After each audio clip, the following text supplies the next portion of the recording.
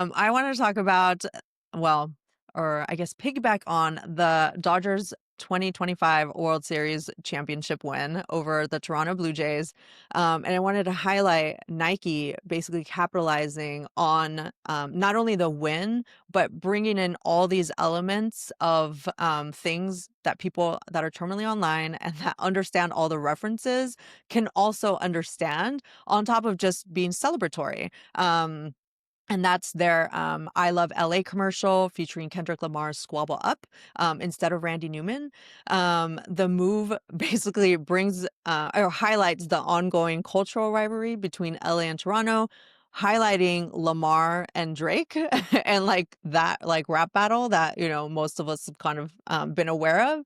Um, because everybody has basically taken on, like, Kendrick Lamar's and, like, They Not Like Us, like, the song as our, like, motto and our, like, song. So, like, the fact that they're already referencing him, in that way, was good, but then the fact that they did Squabble Up to, like, reference more of the Drake, and Lamar rivalry, for me just hit, like, this other, like, level.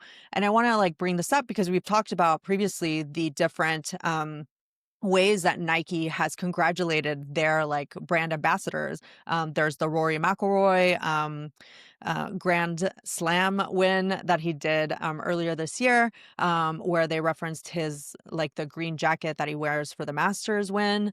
There's the Coco Gauff French Open win where they referenced like her like messing up. I think she didn't bring her rackets to the French Open, had to get them, flown in. And she like made herself a list on social media that showed like, hey, bring your rackets, and then they referenced that in the win photo that they did for her. So I thought it's like really smart because it's showing that not only are they paying attention to what people are saying, but they're also bringing in the personality aspects of their brand ambassadors and highlighting that when they're showing, the wins.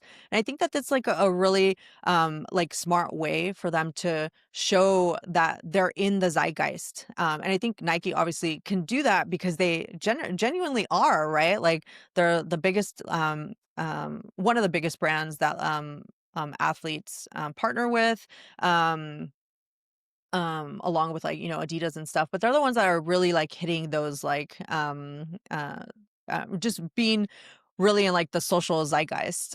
So obviously you had to have seen this ad. Any thoughts? I Forgive mean, me. like, let's just be real. I'm a big Dodgers fan. I'm so happy that LA won. Like, Yeah. it really did hit a different tone. I think Hmm. it was just like it really felt like an earned win. Like, and I also found it like interesting. It didn't really register with me until we kind of started talking about it. Is that wow? It really did invoke a lot of that, big cultural beef that has been happening, and it also made me think like, what would the Toronto Blue Jays version have been? Right? I know, Like, right? this is Nike we're talking about, right? They must have Yeah. had two versions. Yeah. Would have been a Drake thing, all right? Or it would have been just like kind of celebrating this big legacy win that, the Toronto Blue Jays, I think was like 30 plus years they haven't Hmm. won a World Yeah. Series, right? So, but it just makes this very much LA coded. And I think Hmm. that's what's really cool for me is that thing, like we want things that are more X coded in culture. And Hmm. that's what Nike is doing here, right? It's not just like we're not gonna refresh it. We're really gonna talk about it's like a comeback.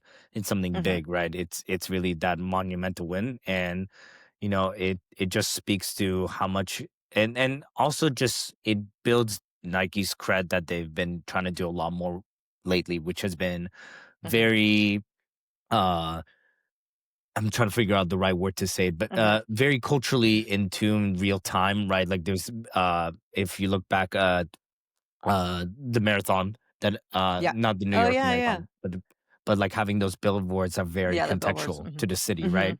That was something that I really liked in Nike before the pandemic. They were very much city focused, Yeah. focusing on what makes the culture of the city comes alive. Before it was just very much sports oriented, right? Mhm.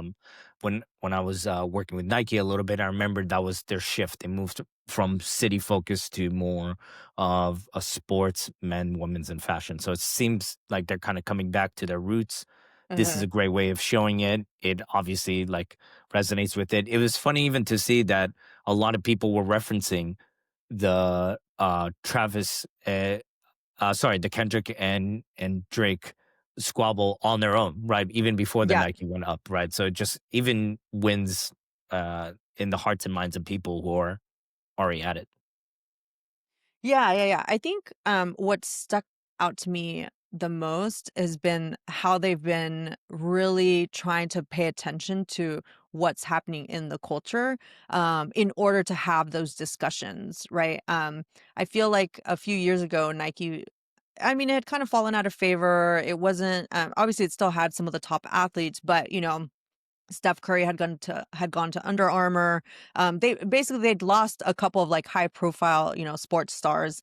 And one of those things could be reasoned was because they weren't really in the culture. They were kind of trying to create their own, but weren't really bringing in those like references.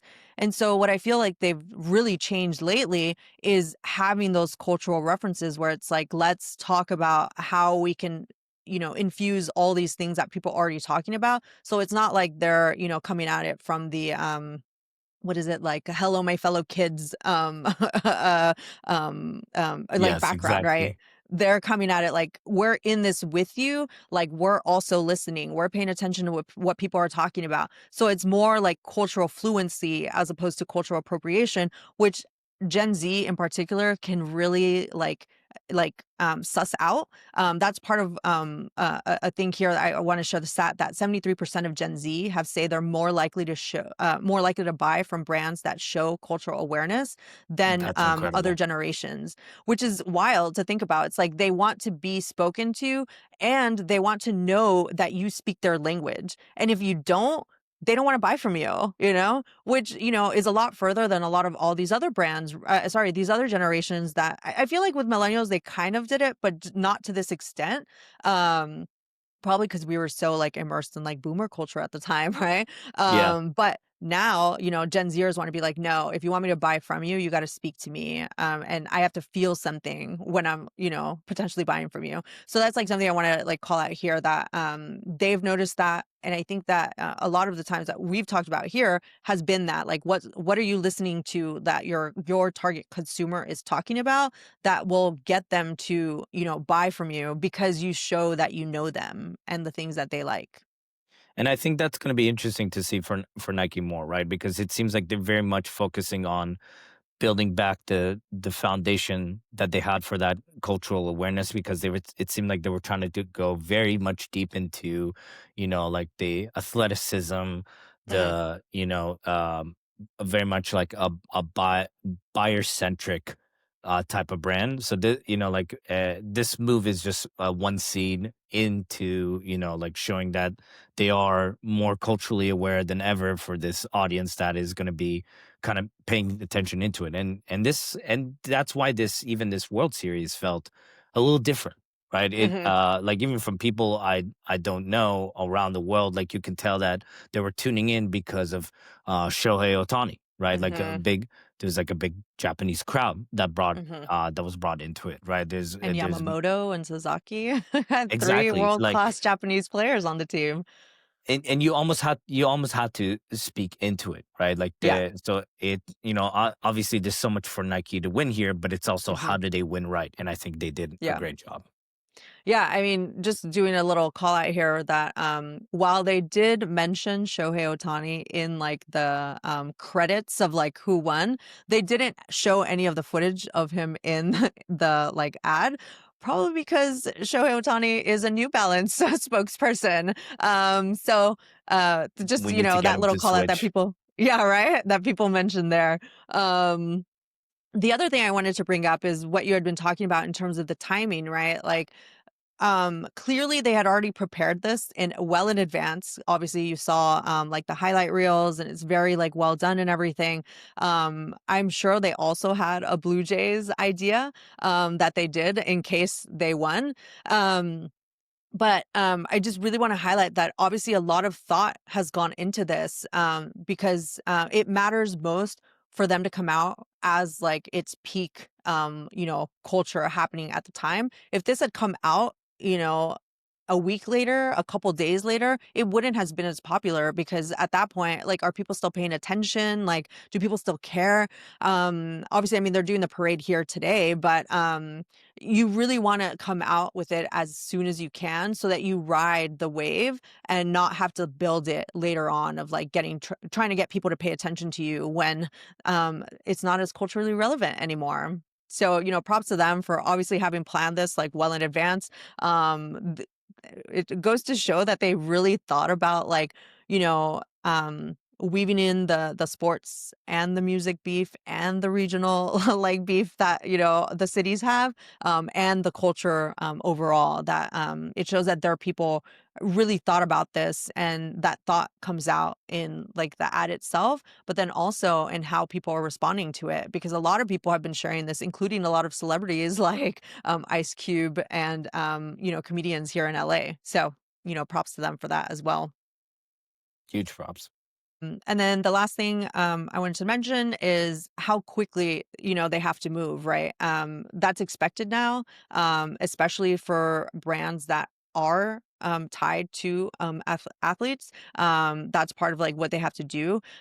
So it's not just the, creating, the narrative of having that story there, but then being able to post it like as soon as it comes out. And, the win happened late at night, and there are people who have to be like listening to like what's happening and, making sure that it like comes out as soon as the win is there, but then also responding to everybody that's, talking to them. So huge congrats to their team for putting this out and capturing the moment and the sentiment of not just, the Dodgers fans, but like the city itself.